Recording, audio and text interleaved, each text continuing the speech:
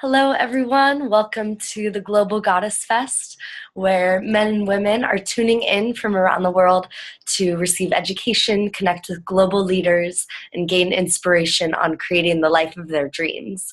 So today we have Tanya Lynn here, and she's going to be sharing about the rise of the conscious woman in sisterhood and feminine leadership. So happy to have you here. Thanks for joining. Thank you, Rae. I'm excited to be here. Yeah.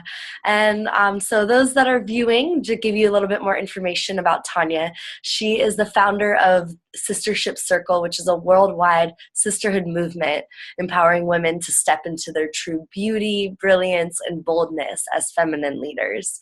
She's the author of Open Your Heart, How to Be a New Generation Female Feminine Leader, and How to Lead Circle. And after she developed a proven circle curriculum, and I can attest it's a beautiful curriculum that really helps women step into leading in a very sovereign way and creating safe space. After she created this curriculum, she began to support women in stepping into their leadership and training other facilitators to start leading sistership circles around the world. So she trains facilitators, and she also helps feminine leaders step into what they're supposed to be doing through retreats and programs and helping them launch their businesses. She's also currently raising her own little generation female leaders with her daughters, her two beautiful daughters and her husband, and currently tuning in from Carlsbad, California. So thanks so much for coming, and just so happy to have you here. Tanya is a dear, dear friend of mine and mentor, and has been an amazing help and inspiration while I've been growing the Goddess Fest and the Global Goddess Fest. So happy to have you and your beautiful wisdom here. Thank you. And I'm excited because I was part of that very first Goddess Fest, and just to watch the growth and all that you have created has been so amazing. And so I just really want to really acknowledge you for the work that you're doing in the world and bringing us all together for this amazing virtual summit. So thank you. Thank you. Awesome. And so just to start, to give everyone a little bit of background, what was your journey into becoming a feminine leader as you are? And then, what led you to being like, okay, I want to make this my business and my career? Yes. Well, it happened all just kind of as it just kind of happened. And I think that I hear this a lot from a lot of women of like, we just kind of fall into something. And that's very much what happened here. I was living in New York and having my New York experience, my New York minute, and moved back to our hometown of San Diego. And actually Rae and I are from the same hometown in San Diego, which is kind of cool.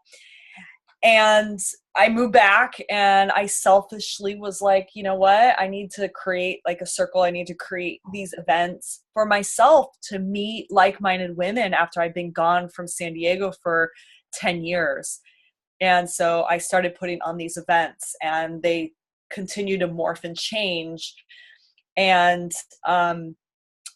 it then expanded. It was called Tribal Truth, and we expanded all over the place. And then I just kept wanting to go deeper, and I didn't quite know what that looked like. I just knew that I wasn't feeling fulfilled from the work that I was doing.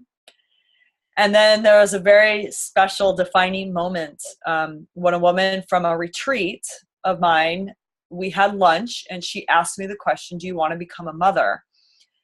And she wanted me to get off the fence about this question. And it was really scary for me because I was very much, I don't know. And she's like, I don't want you to end up like me at 50, regretting that you were on the fence. And so I said, okay, I'm a yes. That was like so scary for me to say. And what ended up happening is I ended up meeting a mentor, and he took me through a really deep process, my dark night of the soul, I call it, and emerged from that experience writing my book And then, and I completely killed tribal truth off. Like I was like, I'm done. I'm just going to focus on my healing. I'm going to go super deep within myself so that I can then lead others to go deeper within themselves. Emerged from that process, wrote my book, and realized, oh, okay, so the essence of my business is still there, and it's just now changing form and shape, and it's now coming from a different intention and a different, like, now I'm grounded and rooted in who I am. And I think that was a big piece for me, is my identity was so caught up in the business and I didn't know who I was. Like, who's Tanya? I'm not tribal truth. Like, who am I? And so then I was able to then birth Sistership Circle from that book and really make that distinction and separation. So I could see the business, the soul of my business, and see my purpose and my soul as separate entities. And that was a huge, huge point of transformation for me. And then I was no longer the roadblock. Like, I was no longer the bottleneck. And then Sistership Circle can expand to where it is today, where we're training women internationally to lead circles. And I think that was a really pivotal point for me in going through that whole transformation myself. And then now here we are. Thank you for sharing. And so you've had your emergence and are now, really being seen and received on this international global scale. What is like one of the biggest blessings that you found through Sistership Circle, or just, creating this sisterhood that you've gotten to experience through this transition? Yeah. So, we're talking about Goddess Fest, right? And it's all about the feminine. And for me, Circle has reintroduced me to the feminine, because I believe that so many of us women have truly forgotten who we are as women. We don't even know what it means to be a woman. And it's through Circle and sisterhood that I got to rediscover the truth of who I am as a woman, and really, really get to know what the feminine feels like. And I feel like I swung way over into the feminine because I was held by Circle. The circle of women around me held me, where I got to unravel and fall apart and let go of all the social conditioning of the patriarchy and get down to the essence of my feminine soul. And that, I think, that's why Circle means so much to me and why I want to teach it, because I truly believe that when we as women get together and we gather, we get to reflect to each other the things that we can't see within ourselves. And so Circle to me is a mirror, and we all get to then see the truth of who we are, and we get to see both our light and our dark. And I think the dark is equally as important.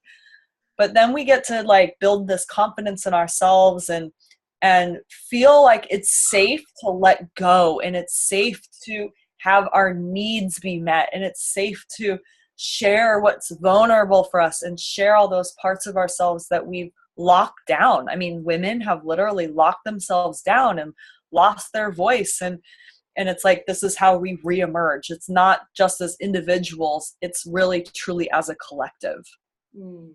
Definitely. And I think anyone that's been in any sort of female women's goddess circle can really testify that they just feel empowered afterwards. It's like, maybe not all of your answers and problems are solved, but you just have this like peace of mind and peace of body. What would you say is the role of expanding those circles out greater than just having your hometown circle, because now you're doing this larger international vision?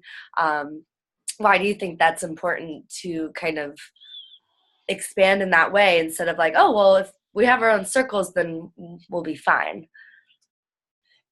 Yeah. So I think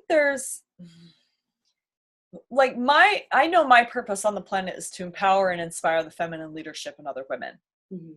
And I believe that we are all leaders inside, every single one of us. And it doesn't mean that you need to be running this huge international organization. You can be just the leader of your family.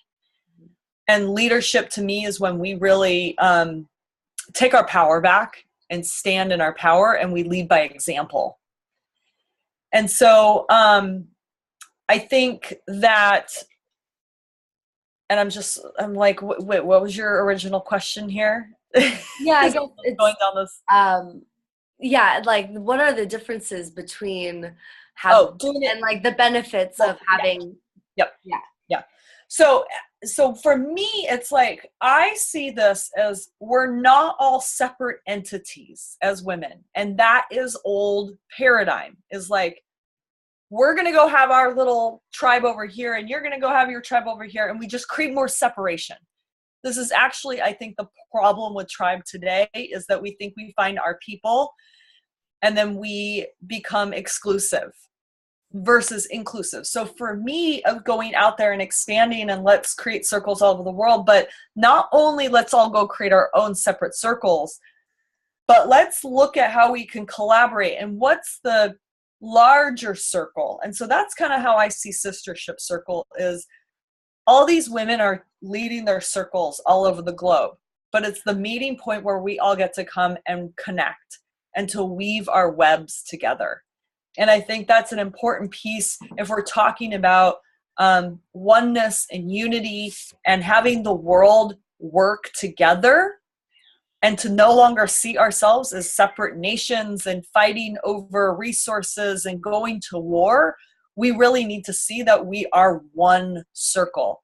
And yes, we have these small circles where we get to drop in and have that intimacy with a small group, but we cannot forget that there is no separation between us. And I see this happen a lot of like my circle, and we need to let go of that and to really start to embrace all women as our sister.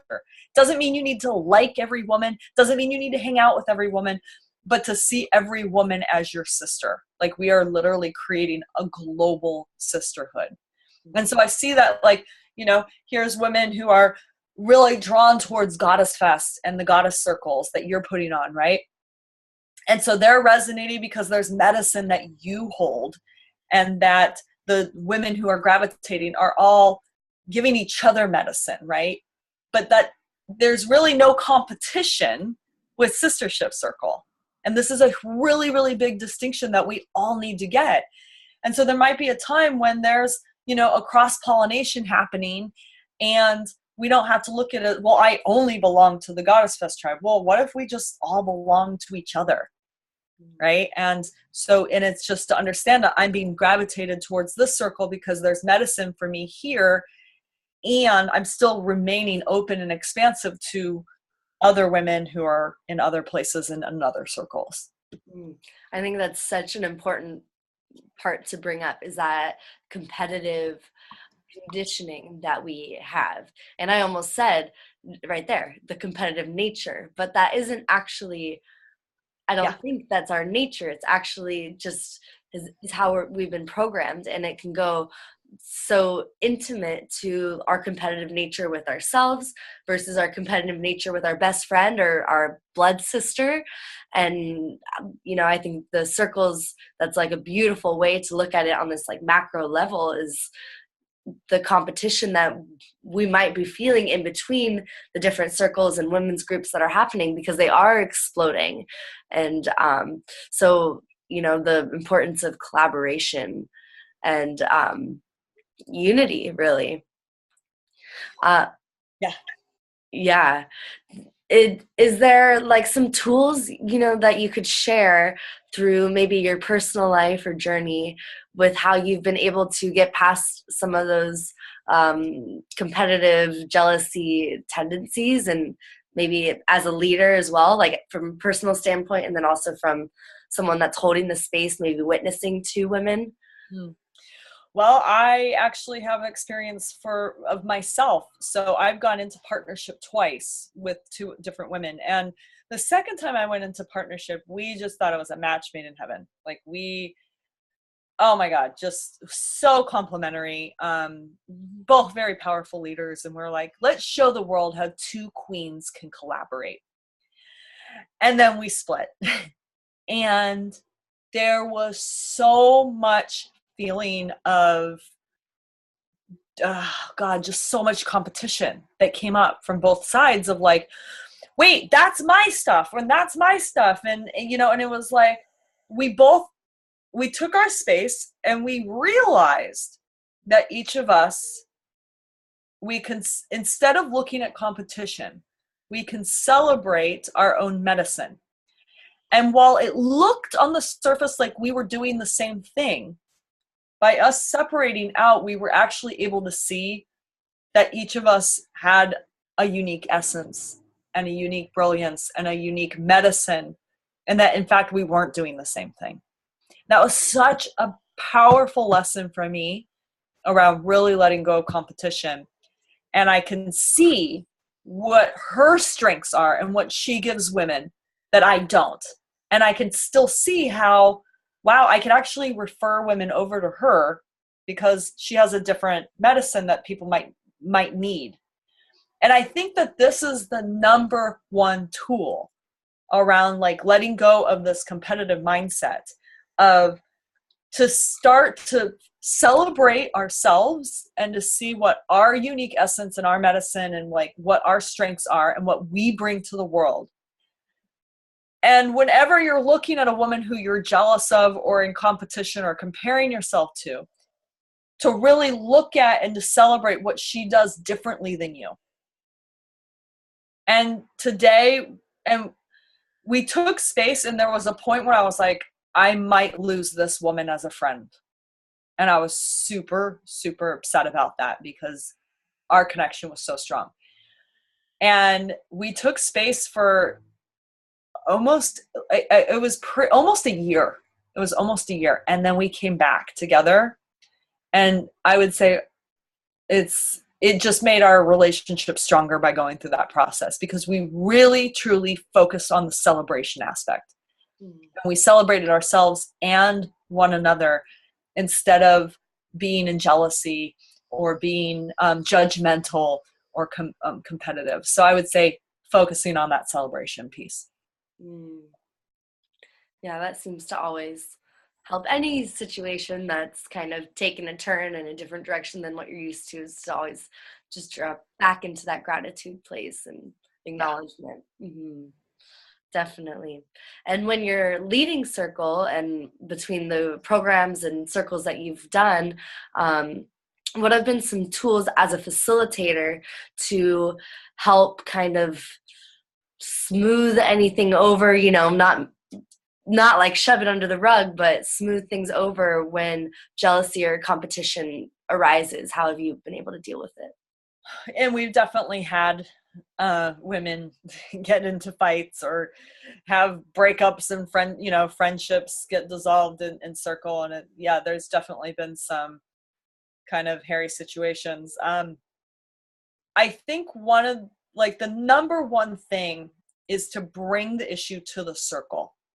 So many times we think that we need to have it behind closed door, and we need to have this private conversation. We need to keep it separate, and no one can interfere, right? Or we don't want to interfere because that's not our business, right? But what I found is that if there's two women who are having some kind of issue and they bring it to the circle and they allow the circle to witness and to hold space for a dialogue, and then to actually dialogue it out, that tremendous healing happens, not only for those two women, for everyone else. But what's required is a leaning in. And I've had situations where I've had conflict and I had to lean in, and it's super uncomfortable because it's so much easier to write it off as, well, she's just not my vibe, right? Or she, we do one of those spiritual bypassing things of, we're just not in alignment. And I don't need that energy in my life, right? But obviously she's reflecting to you something that's within yourself, because we are mirrors, we are reflections of each other. So I think that this is an important piece of us all looking at healing the sisterhood wound, is whenever we want to run away and write someone off as not alignment, or not someone who is in your vibration and all that stuff that we say, to instead ask the question, okay, what is she trying to mirror to me? What's the message here? Not to shoot the messenger, but to get the message, and to lean in, as uncomfortable as that is, and to have others to hold space, and to bring that, to make it safe to lean in and to feel supported in leaning in, and to really look at yourself, to notice, when we point one finger, how many more, no, those three fingers are pointing back at yourself, to look at your own, what's being mirrored here within me. What's the dark part, the shadow that I'm not willing to look at myself? And that's radical self-responsibility. Mm-hmm. But that's what we learn in Circle, is how to take radical self-responsibility for ourselves. Mm-hmm. And I think that very easily transfers over into how you can be a new generation feminine leader. I think that's probably one of the core values that you have to take in being a leader, and being authentic and raw, and really showing up to your group. Yeah. And you have to be, it's radical self-responsibility as a tenet of feminine leadership. And so the question arises of, okay, well, I'm willing to lean in, but she's not. What do I do? You still do your work. Mm-hmm. You still have to look at yourself and say, okay, what is the message that's coming through, so I don't attract this anymore, because you attracted it. Mm-hmm. Right? So what do you need to heal? And it doesn't mean you need to necessarily have that dialogue. You can still do the inner work around it. And I think that's an important piece, is not to just, oh, well, she left, so I'm off the hook. No, this is, as women, this is that piece of like being the example. Mm-hmm. And to me, that's what feminine leadership is all about. It's about you being the example, you taking radical self-responsibility and doing the work. And if we each do that, if we each do our own work, then it's just massive growth is going to happen on this planet. Mm-hmm. Definitely. And I think there's probably, lots of times where it's like terrifying to do the work, and like, wait, I don't want to.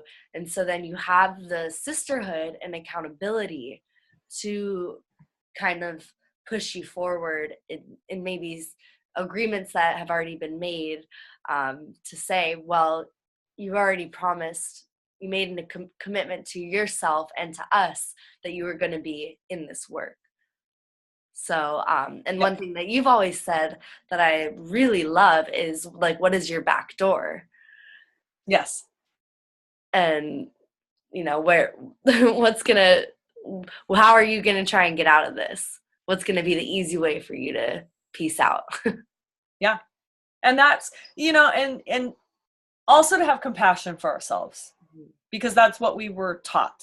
If you look at our society, we look at our leaders, they're never modeling self-responsibility. And many of our parents didn't model that.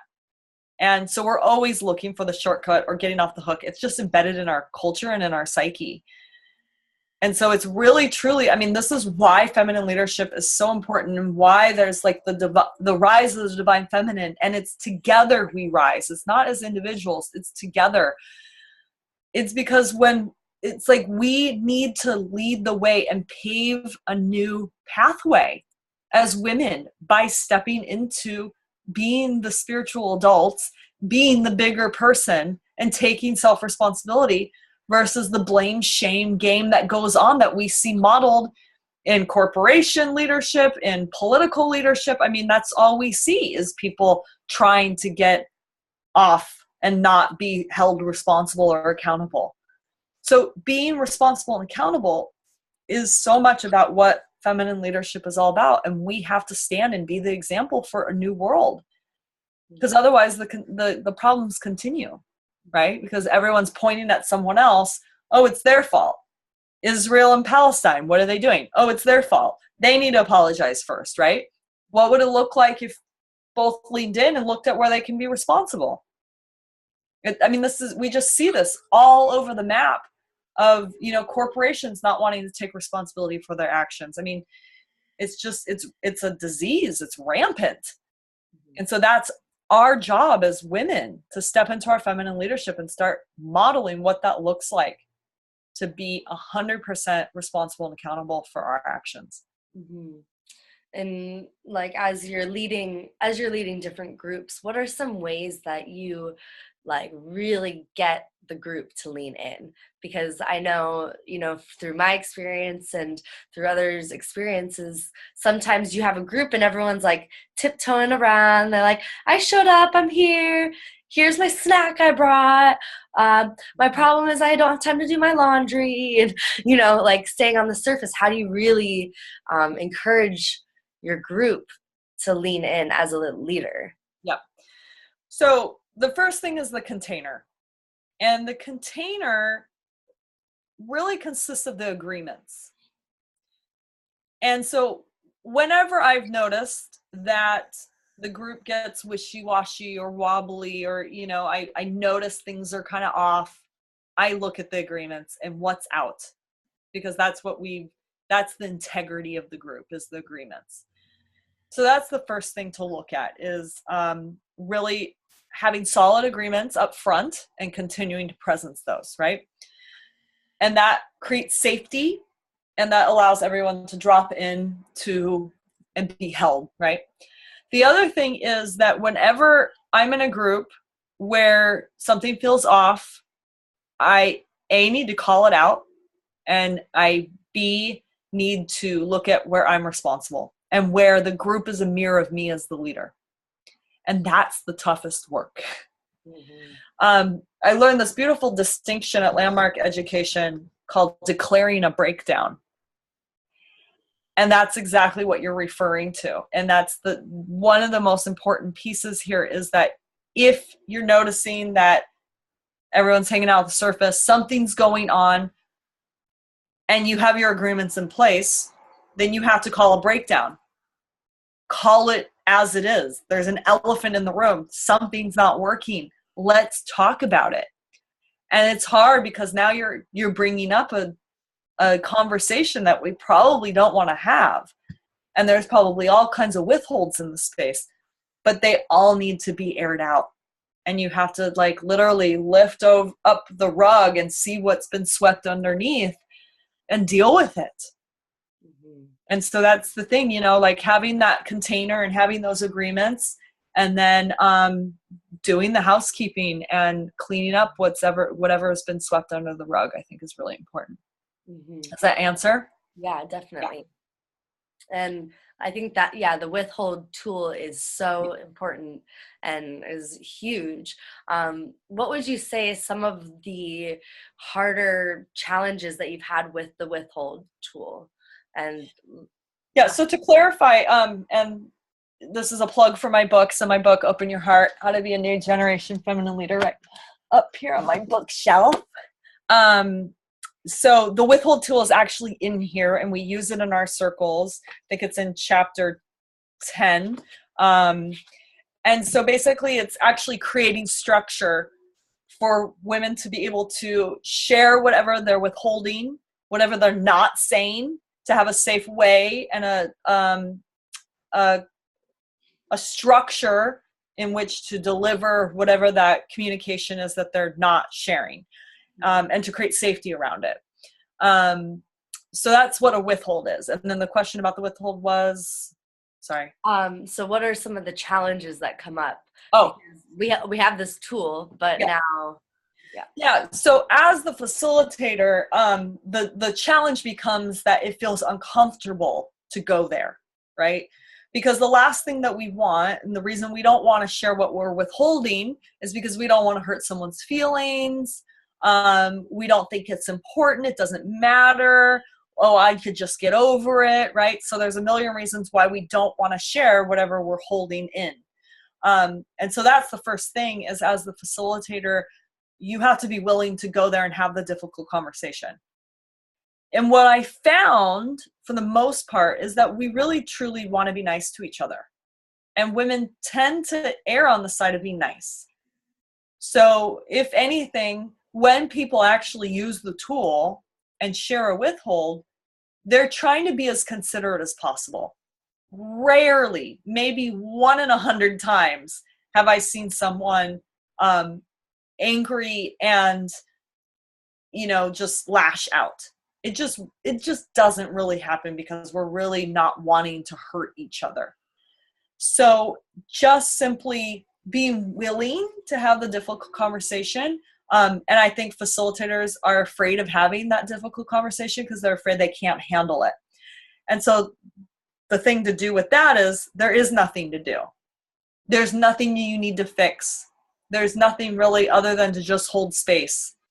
You don't need to coach them. You don't need to fix it. You just need to hold the container of safety and love and set that intention of a withhold is not to create more separation, but to actually create more connection and affinity. So holding that container and that intention for it, and then allowing the difficult conversation to unfold. And to trust. It's really a trust process as a facilitator. You have to trust that it's going to unfold perfectly, exactly the way it's supposed to, even if it doesn't go well. But rarely have I seen the withhold tool not work. Only a few times has someone really taken it personal, which is one of the agreements with the withhold tool, is that it's not about you. Whoever's delivering the withhold, it's their trigger. They're responsible for it. It's not personal.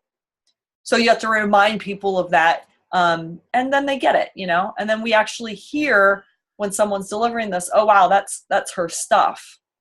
And yeah, maybe I did something to upset her, but it wasn't my fault, right? Like she's reacting in a certain way. So, yeah. And for anyone that's watching that maybe has never tried the withhold technique or has participated in that, what are some of the benefits that you've seen that come out of that?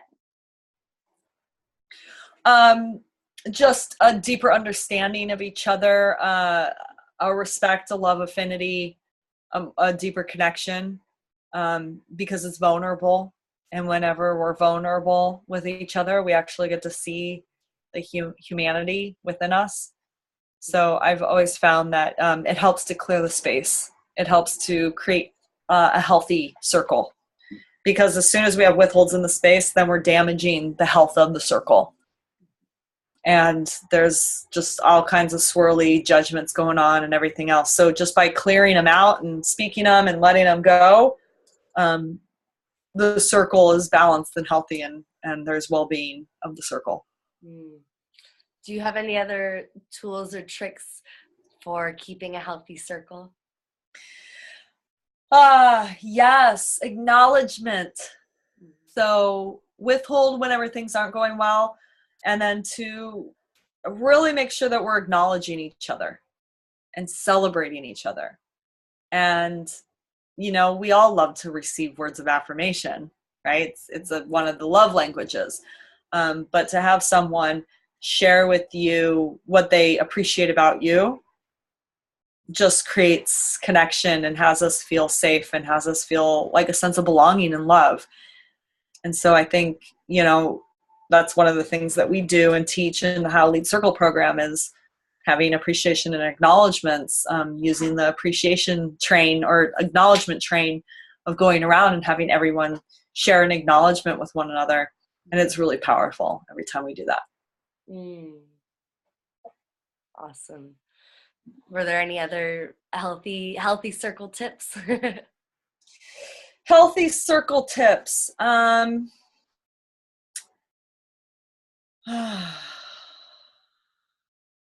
Hugs, taking a breath together, allowing what wants to come through versus always being on agenda. So finding that balance between masculine and feminine. I think that's actually a big one, right? If we want it to be healthy, it's about integration. It's about masculine and feminine coming together. This is something that I think why Sistership Circle has become successful and why we're known and what people love about us is that we truly integrate the masculine and feminine in our circles. And, just the simple thing of having a timekeeper, keeping time on shares. And it's difficult for some facilitators to do that because they feel like they're cutting someone off. But, I think that by us keeping time, then everyone feels like an equal participant and equal contribution in the circle. And that last person, if everyone took 10 minutes, then maybe the last two people, they don't have any time. And then we go over, and then, there's agreements that are being broken there. So timekeeping is actually a really big one to keep it healthy and make sure that everyone's feeling equal. Mm-hmm.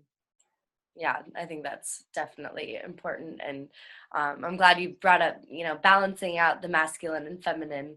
And I think circles can turn out to be whatever they need to be, but I definitely have seen a big difference in all the circles that I've ever gone to, whether it's women getting together and being fully in your feminine, which is great for certain times where it's like no agenda. We're just showing up. We're here. We're flowing. We're creating.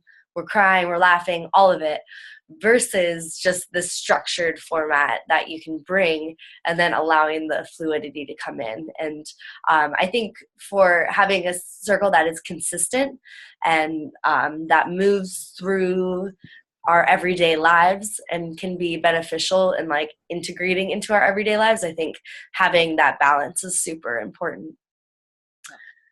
Is there anything that you would say to anyone that is wanting to step into their feminine leadership space and is like just about to? Yes, I do. I'll take the megaphone and say, you have permission to be yourself. Permission granted. So many times we're afraid to take action. I see this over and over again of women who want to start their circle and just haven't yet because they think that they need to do a certain way. And they think that they need to have it all figured out and they need to have it all perfect. But the truth is, circle just wants us the way we are. Circle doesn't want us to show up any certain way, but to just come as our authentic selves. Mm-hmm. So I have found that when I just show up, that's enough. That's a real hard one for us as women to get. Showing up is simply enough. I don't know how many times we've said, well, I need to be able to give my all. I hear that one a lot. Or I need to show up like this certain way, right? And that's like a lot of the mask of, well, I need to be giving and I need to have my A game on and I need to, I need, versus it's giving and receiving. There's some days when you're going to show up and you have a lot to contribute to the circle. There's going to be other days when you're down and out and you just need to come and receive. And so if we can learn to just be wherever we're at and have that be enough and to just show up, that's where we truly learn how to be with one another and how to really truly love and accept ourselves. Mm-hmm. And that is feminine leadership, is simply showing up. And enough with the masks and enough with, I need to have it all together and I can only show up when I've got 100% to give. No, like there's no balance. There's no flow in that. We need to be in both giving and receiving all at once. And sometimes where we're giving and sometimes when we're just receiving. That's really, really hard for women to get. So permission granted to just show up, to not have it all figured out yet, to just go out there and just try it. Just show up as yourself. So powerful, definitely. And I'm just envisioning a world of everyone just being like, this is me. I'm being who I am today, and how much permission we can be granting to each other as we're stepping into that. So Thanks for sharing. Well, I'm so happy that you were able to join and share on feminine leadership and just what you've seen and gone through personally. So thank you for sharing all of that with us. And for all the viewers that are here, Tanya has a free gift that she's going to be giving you. So it's a How to Lead Circle guidebook with seven secrets to lead circle that will have women engaged, connected, and wanting more. So we tapped in and probably talked about a few of them. Is there anything else you'd like to add? about this gift? Yeah, it's I've been leading circles for God, I don't know how, at least 7 years now, and I've learned a lot. And so I actually wrote this, I think it was at the end of my first pregnancy, and it just kind of came out of me because it's literally everything that I've learned, and these 7 principles are so important. And so whether you want to lead circles, or you're already leading circles, or you don't, but you interact and you're in circle, or you are in groups, it's such a great resource of how to show up, and these very important distinctions that really create a healthy circle. So it's a really quick, easy read, and I think a lot of value. Everyone who reads it loves it. So yeah, and I'm sure you have the link that you're providing on the page. Yeah. Well, thank you so much. Definitely looking forward to checking out those 7 guide tips, and all the viewers definitely grab that. It'll be really beneficial in, like Tanya said, if you're leading the circle, attending, are curious. And I think also kind of what we were mentioning at the very beginning of this call is how circle can really be a microcosm of what's happening in the world. And so being able to take these concepts and really bring them into our everyday lives, into business, into how we're leading in our families, all really important and cohesive. Yeah, there's no separation between circle and your life. Mm-hmm. That's really the biggest piece, is that circle is our life. And as soon as we think that it's separate, we're missing the boat. So to get that it's all connected. We're all connected. It's all connected. Mm-hmm. Well, thank you so much for joining us. Thank you, Tanya, for spending some time here with us and sharing your knowledge and wisdom. Really appreciate it. Thank you for having me. Thank you for doing this. Yes. We'll see you all soon.